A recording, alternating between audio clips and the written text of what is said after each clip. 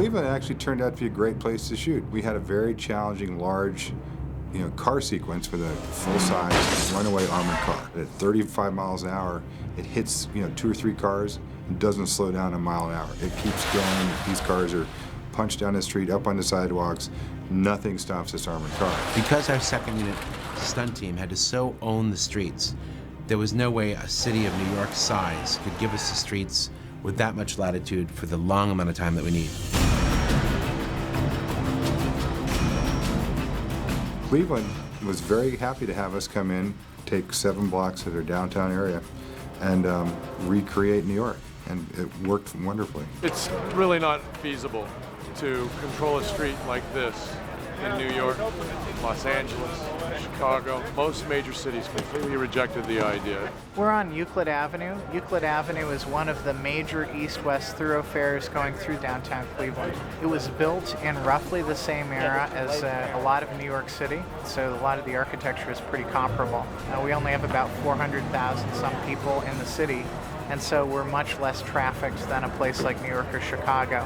In order for Dan Bradley to do his precision driving work, they really needed a smooth surface, and so Mayor Jackson agreed to repave most of Euclid Avenue so that the production could get what it needed in terms of road smoothness. I think in Cleveland we destroyed 18 different cars. They were all parked cars, and each car that we hit along the curb I wanted to have a slightly different interaction. So we rid cars. One we called the helicopter car.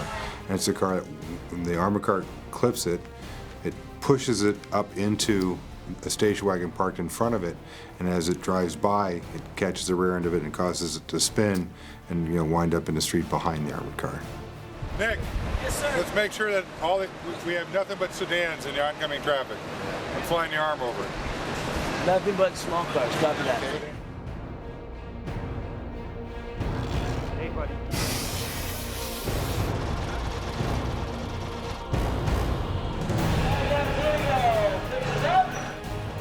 Going out to 25 miles an hour.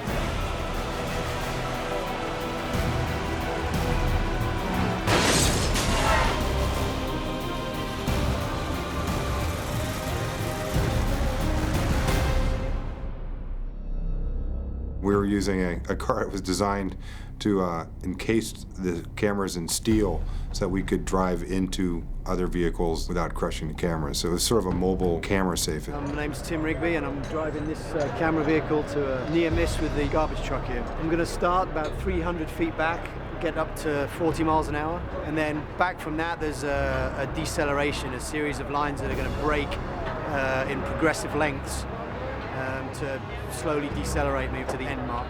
The rope decelerator it's a pretty simple idea. Our car at 40 miles an hour weighed about 115,000 pounds. So that's a lot of weight.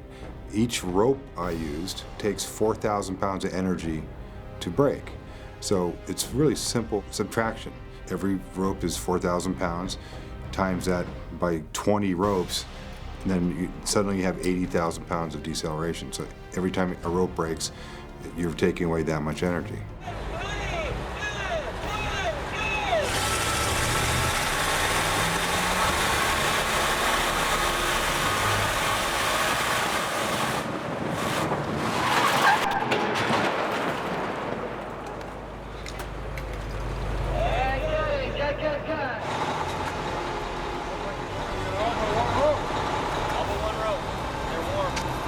I think the last rope and the last cable might be close to the same rope. They are. Maybe. The rope's 20 feet, the cable's 22. Uh-huh. So I'm sure the stretch in the rope. Uh-huh.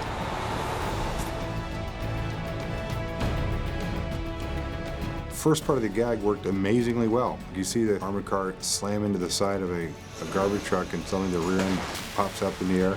It was a good 15 feet in the air, and the car was on the verge of flipping over on its side, and the tiller arm, it's like a tiller on a boat, steering the car, and the arm bent, so the car literally steered out from rolling over.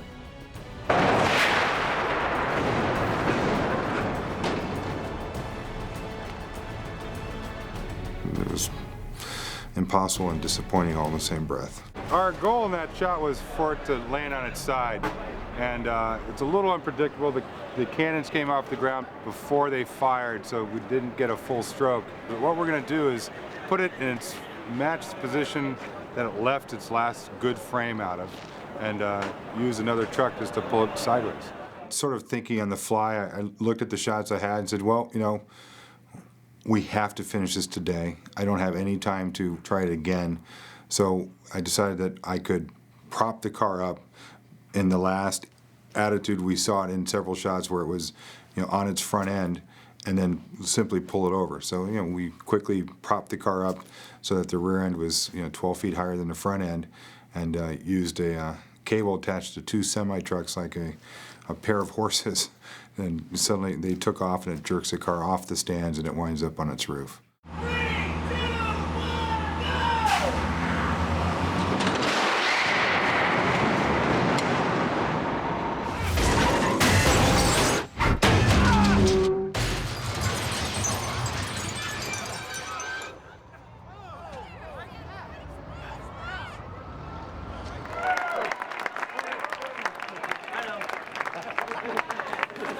Cleveland Film Commission, thank you guys.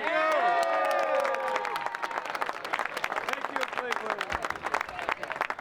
Cleveland Police Department, thank you.